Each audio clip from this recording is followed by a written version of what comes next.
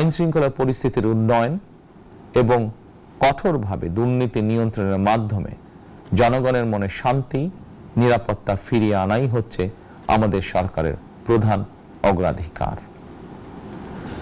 সারা দেশে জুয়া এবং মাদকের বিস্তারকেও বর্তমান সরকার আইন শৃঙ্খলা অবনতির অন্যতম কারণ বলে চিহ্নিত করেছে।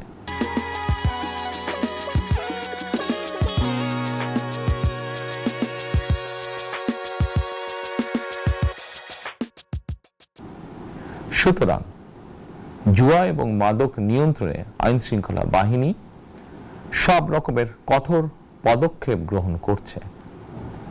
জনজীবনে শান্তি ও নিরাপত্তা নিশ্চিত করতে সরকার সর্বোচ্চ উদ্যোগ গ্রহণ করছে।